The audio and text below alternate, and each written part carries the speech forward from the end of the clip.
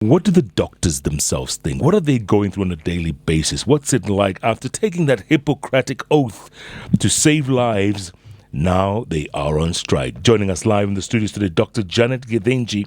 They call her in the streets Daktari wa Mtaa. That's what she's popularly known as. And we also have Dr. Frederick Kairidhia. Both of them OBGYNs, obstetrics and gynecologists. How does it feel like not to be at work?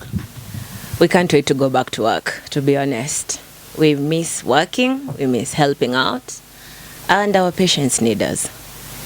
You're called Dr. Wamta. Just take me back there briefly. Were you like a herbal medicine person at some point?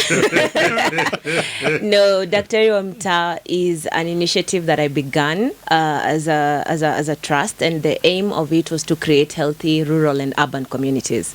Okay. I did realize that sometimes patients do come to hospital late because they really don't even know the level of their symptoms. Yes. So I took it upon myself to educate and inform patients about certain diseases and how they present, and to go to a hospital, not start with a chemist. There was a CBA signed in 2017. The government didn't honor its end of the agreement. And now look at you, 7 years later, nothing's been done. There's been no progress. It's just been a ping pong from one point to another because the CBAs are signed, they are legal documents, they are anchored in the law, the Labor Relations Act of 2007. It's a constitutional requirement also. And even issues of human dignity, which is just basic. And therefore, when people enter into such an agreement, they do it in free will, good faith, and of course, in a lawful manner. And therefore, there is no reason why it should not have been implemented in the first place. Should there arise a need where it cannot be done, then people need to sit down and renegotiate. But you can't say that we made a decision not to honor it, and therefore you go back to work. You know, I'm just reading about intern doctors. And for most people, when you put the word intern, it just sounds like people are just, like the intern here at our office, just really learning. But most people don't understand how important an intern doctor is. Maybe you can expound for us. The one who comes in after graduating, after 6 years of study, because once we finish our 6 years of study, we graduate with 2 degrees, Bachelor of Medicine and Bachelor of Surgery. That's to mean you are able to treat and you are able to operate. From there, we do the Hippocratic Oath, and then we graduate. After which, 30 days later, we're supposed to be posted to one of the posting centers in the country as a foundation doctor, aka medical officer intern. A while ago, it used to be called medical officer 2. You are the first line of defense. You are the first on call. You are the first person to operate and to plan for the patient, under supervision by the medical officer who has now just graduated from being an intern, and above that there is a consultant. In a hierarchy system like Kenyatta, there is the medical officer intern, supervised by the medical officer, supervised by the registrar, who we shall talk of, and supervised overall by the consultant. So that's the hierarchy. But an intern is a doctor, and the issues of the intern in the CBA are enshrined in Article 4, which we collectively agreed and bargained, which is also enshrined in Article 1. The CBA has 10 articles. The issue of interns is Article 4. The issue of money is Article 5. But it is an extensively well done document. And yet, the CBA says the interns should get 206,000 shillings, right? Inside the CBA. Correct. Government says, you know what, take this 70,000 shillings or go home. Outside the CBA, which was voluntarily and collectively agreed upon with no duress, equity, clean hands, signed, sealed, and delivered in court. How does that make you feel that, no one's hearing you people? No one cares about your CBA. How does that make you feel? Frustrated. Because these salaries were actually being earned, I think, last year, this 200,000. I'm reading a doctor's story here of the breakdown on how, most would earn 137 to 150. This is after taxes and all this. They had been paying since the CBA was signed. So why now? In 2017. Since then. So why last year? Why stop in the middle of the road? Why marry me and drop me in the middle of the road? What is the way forward, Dr. Frederick? It's good to be optimistic because, again, at the end of the day, we are Kenyans, joined together by the Constitution and Article 1. We are sovereign state, and therefore, today you are a governor, tomorrow your term ends.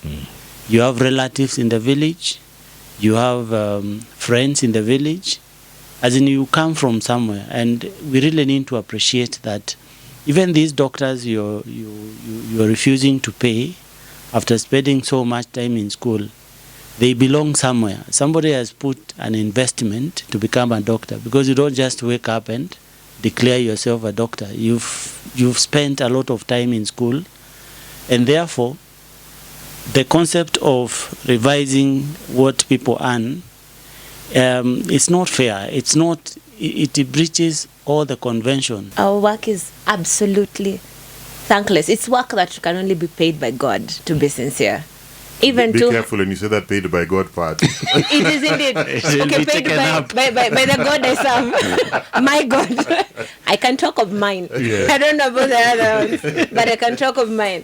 Because I can tell you, when you treat a patient and a patient tells you thank you, and you treat somebody who could never repay you, that's the calling. That's why we go to work. That's why we miss work. Because you have been given something that is amazing, and you have worked so hard to get it. 6 rigorous years with only 2 weeks of leave per year. 50 out of 52 every year we're in school. We dissect a whole human body for the whole of first year, from head to toe, from the hair to the nails. We know the structure of the hair. We know the structure of a nail. We know every muscle in the body.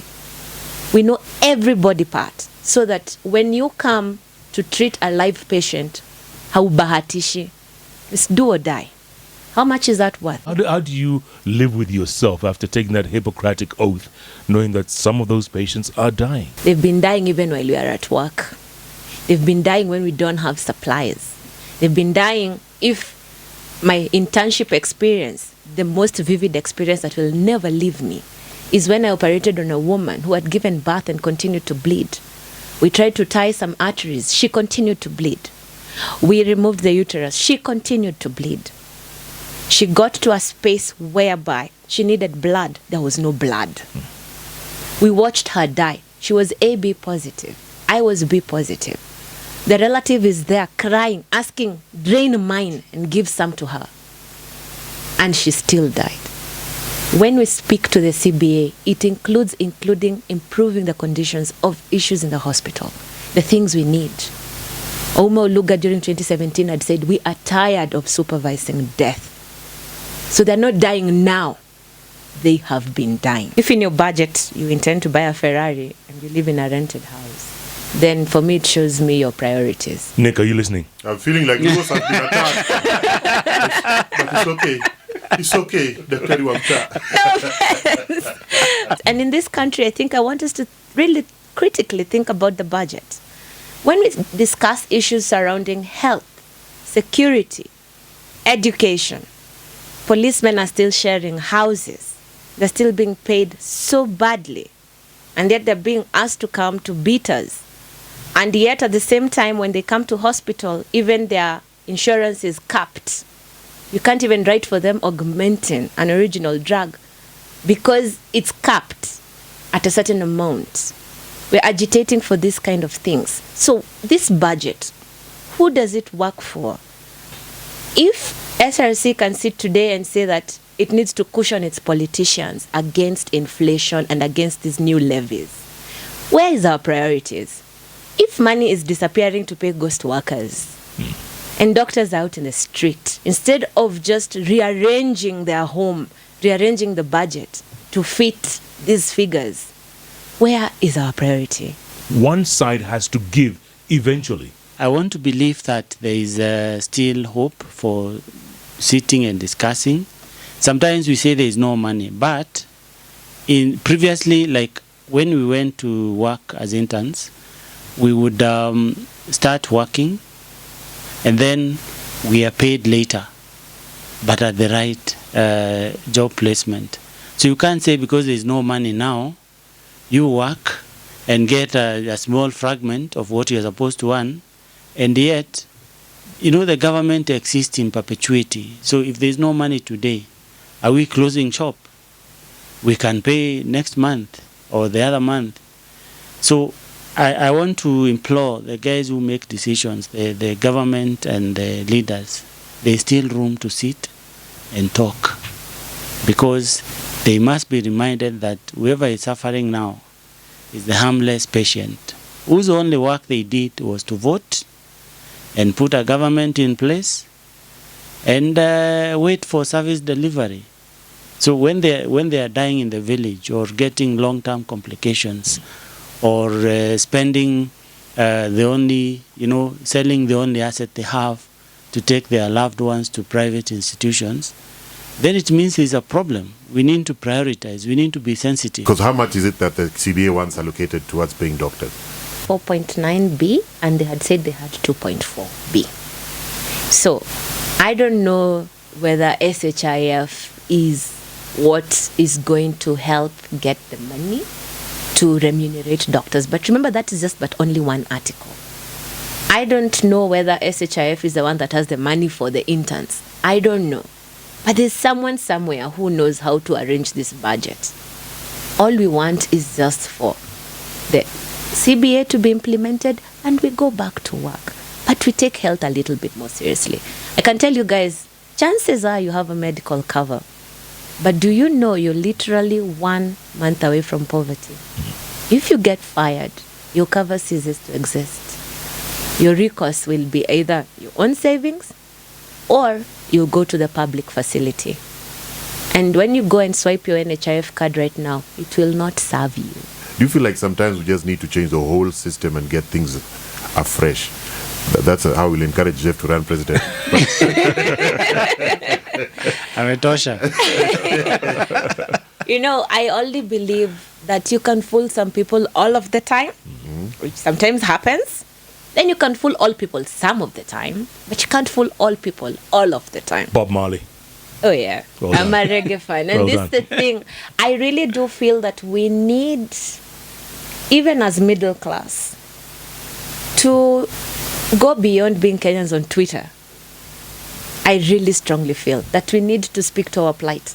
Let's stop being in this space for, me, I have a cover. Kwani, me, I'm good. Even the cover has a limit. It does. It has. Yeah. How many of you have WhatsApps? And everyone anachanga. Kama si ya matibabu ni ya matanga. Baka you get donor fatigue and mute some groups. Yeah. But is that the way to go? Yeah, it sounds like a hip hop line. Let me just say it again. Kila time uko kwa WhatsApp group. Kila time kwa WhatsApp tu, matibabu na matanga tu. So is that the way to go? Is that the way to go? We need to really, really put the things that are important to us and make it a bit serious. These guys work 14, they work day and night. They have no holidays, no weekends, no Sundays, nothing. They are called anytime. So they are fatigued.